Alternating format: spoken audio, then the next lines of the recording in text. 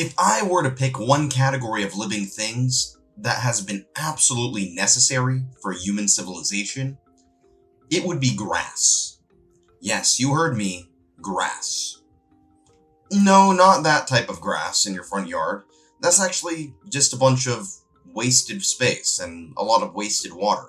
And there's far better landscaping you can have. When I'm talking about grass, I'm talking about the grasses we eat. Now, obviously, the typical grass that you think of when you think about grass is not edible. That cellulose requires 4 stomachs, or more accurately, a stomach composed of 4 major parts, like a cow, to actually digest.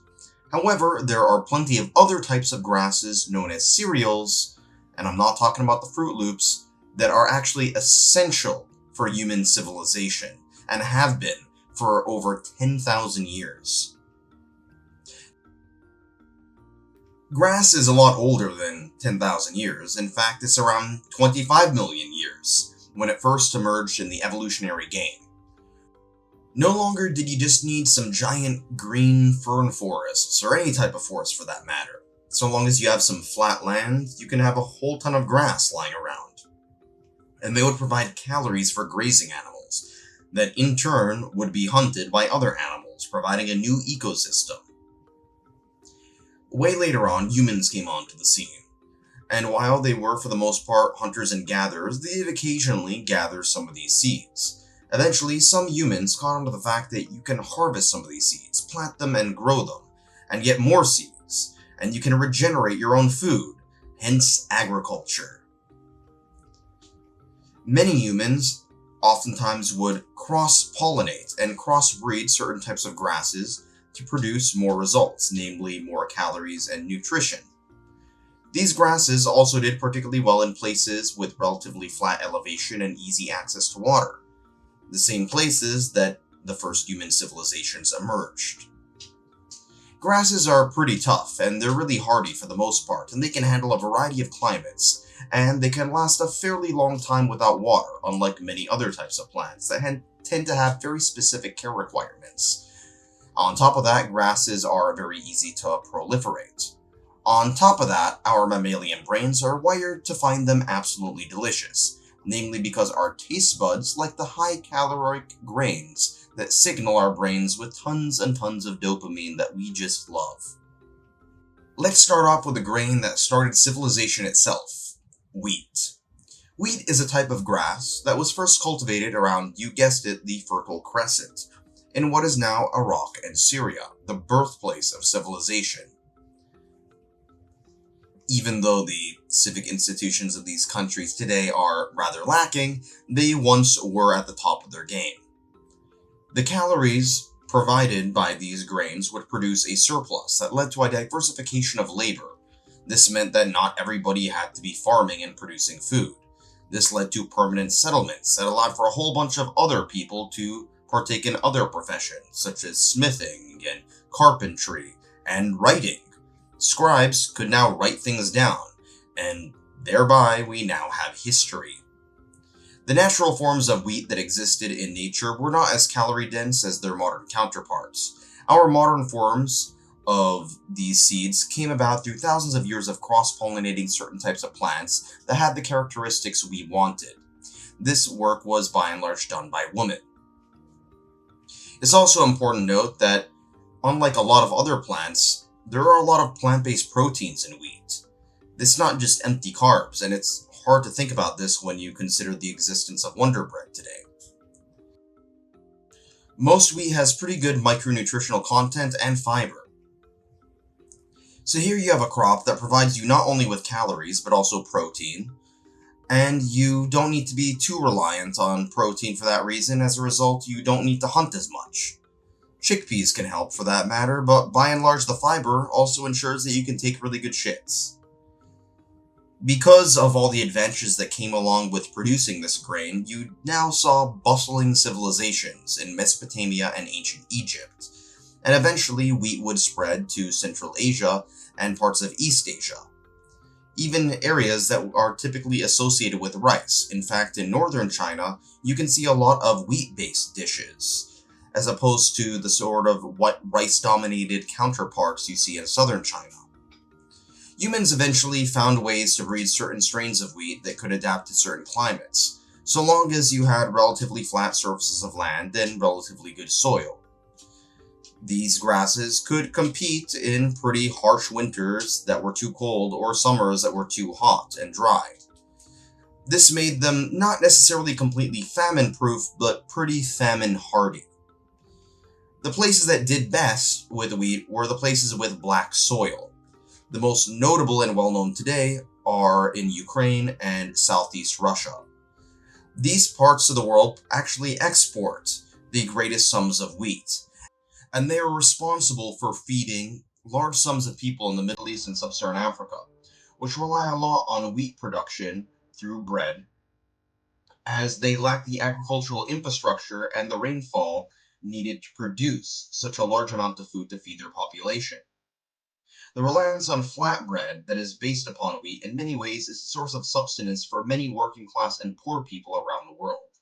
And for any problem in the supply chain can cause a great deal of social unrest in other parts of the world, as seen in the civil war in Syria. I would not be surprised if the current conflict in Ukraine will cause certain geopolitical consequences indirectly down the line.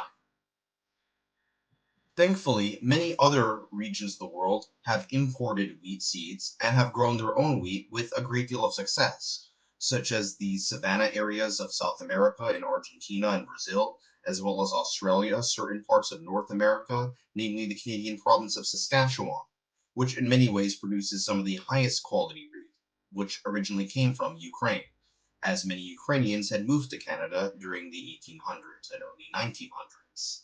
And they did what their ancestors did in Ukraine: farm wheat and freeze to death. Unfortunately, today, while we are still really good at providing a lot of calories in a relatively cheap manner, this hyper-processization of food has resulted in removing a lot of the micronutritional properties that usually exist in wheat-made products. This is the reason why you're far better off eating brown bread than white bread in most situations. However, due to economies of scale and certain logistics within the food processing industry, white bread has become much more common, even though nutritionally it is clearly inferior. Another very important grain throughout much of human history was barley.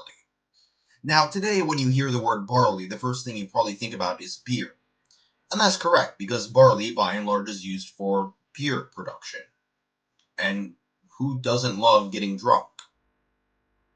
Throughout much of human history, barley was used as a primary form of carbohydrate, like wheat was in certain parts of the world, as barley tends to be tougher than wheat and more adaptive to certain climates, namely drier climates, or areas where there's a higher amount of salinity in the soil. As strange as it sounds, work better in colder climates in some areas, as in colder climates we tend to use salt to melt the snow. So, what do you know? But at the end of the day, barley is mostly about the production of alcohol today. Most people don't really eat barley grain, such as pearl barley, even though it's quite good nutritionally. Today, barley is mostly associated with alcohol. You may have heard of malt liquor. It's pretty much the sprouting seeds of the barley, or sometimes wheat, that is used to produce the cheapest, crappiest beer. On top of that, we also use malt barley for other recipes, namely New York style bagels. Funny enough, despite its association with alcohol, it was really the ancient peoples of the Middle East, and to a later extent the Indian subcontinent, that loved barley.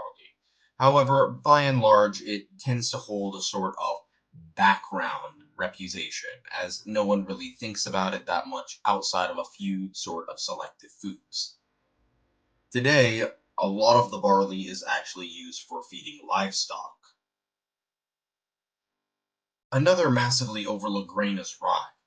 In fact, when you think of rye, you either think of catcher in the rye or that rye bread that is really brownish that some people love and some people hate.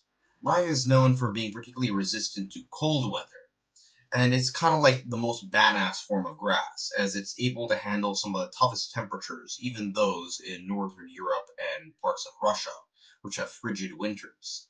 It can also grow and flourish in nutrient-deficient soil, which makes it particularly useful for people living in tough climates. However, with the rise of more advanced technology in agriculture, rye, like barley, has taken the back seat to wheat, and is largely mostly used for alcohol like whiskey and beer, or to feed livestock. Nonetheless, it still tends to be popular among some bakers, particularly in parts of the world like Scandinavia. Another overlooked grain is millet. In sharp contrast to rye, which does very well in cold climates, millet does very well in warmer climates. This is part of the reason why it's so popular in sub-Saharan Africa, particularly West Africa, oftentimes used in the form of sorghum, which I'm mispronouncing. In other parts of the world, it's also popular for ethanol production as a biofuel. However, the origins of millet are far older than what you find in Africa typically, and they even predate rice. The source of this was not in sub-Saharan Africa, but rather in East Asia. Chances are the Proto-Chinese dynasties, or at the very least the quasi-states that would form to produce the civilization of China, relied not on rice, but millet as the primary source of calories for their civilization.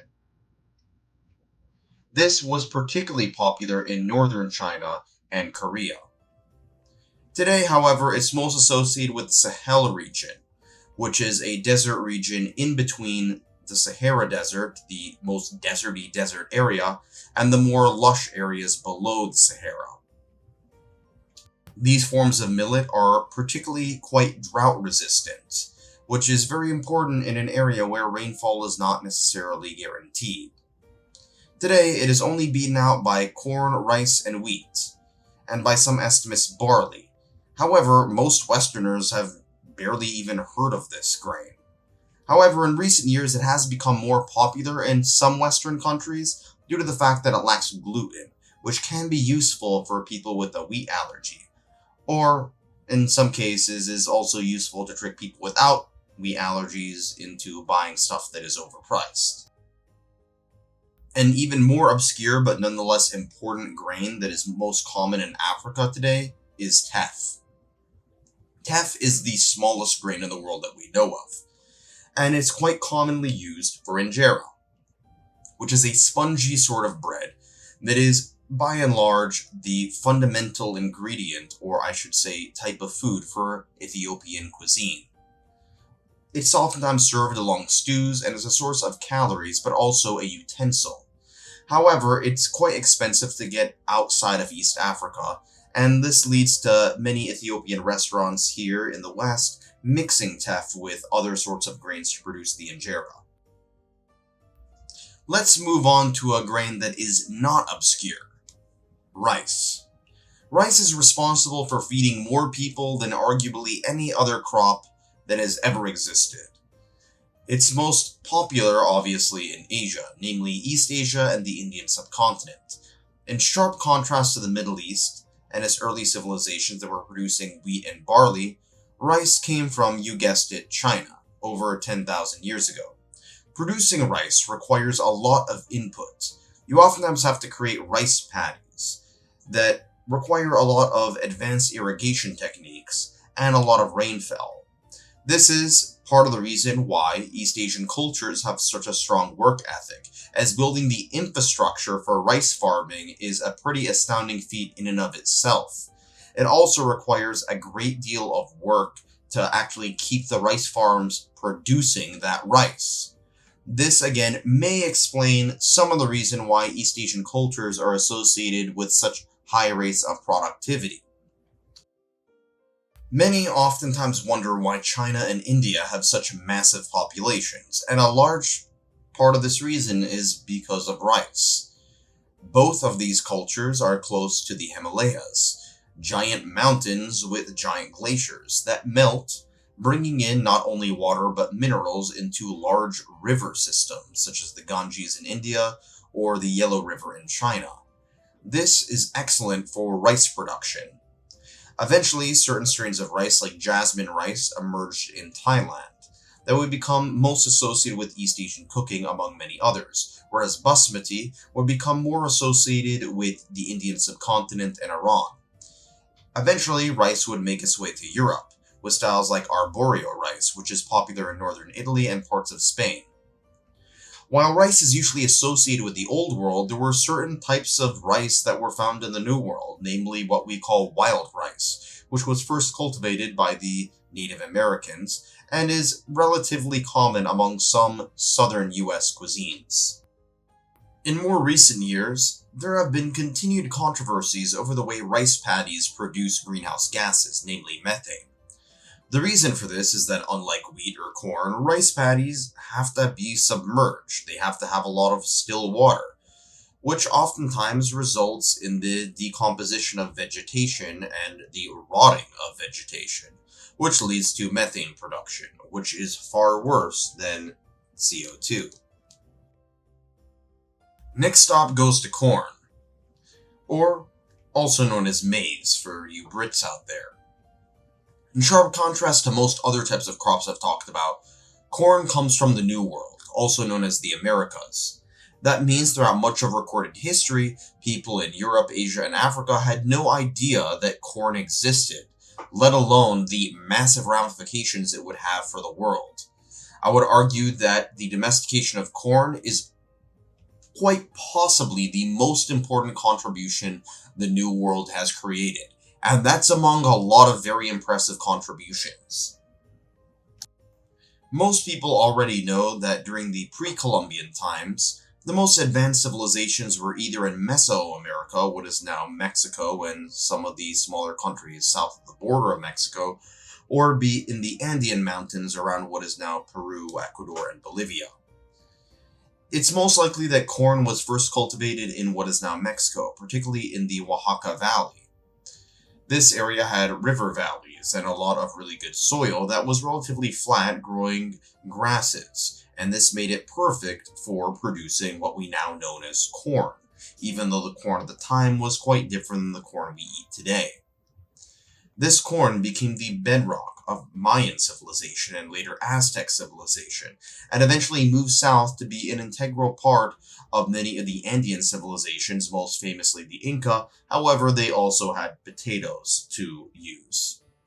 Also, fun fact, one of the very few types of alcohol that was produced in pre-Columbian times in the Americas comes from corn. Incan beer corn is actually pretty damn good. I had it in Peru, and you should try it out. Corn has also become very important as a biofuel, although less efficiently so than sugarcane. On top of that, it's primarily used for livestock feeding, and a great deal of the cows that humans eat are fed by corn. This can be very efficient, but unfortunately, cows are not accustomed to eating corn. They prefer other types of grass, and as a result, that leads to them farting and most of all, burping a lot, which produces a lot of greenhouse gases. Corn is also used for the production of cornstarch and most notably corn syrup, which is put into an insane variety of processed goods. And there you have it. Those are the most important grains human civilization relies upon. I do want to note that there are plenty of other foods that we oftentimes eat that are associated with grains, such as quinoa, soybeans, or buckwheat, but are not actually grains in the scientific sense. They tend to come from different types of the plants, and perhaps that is a video for another day.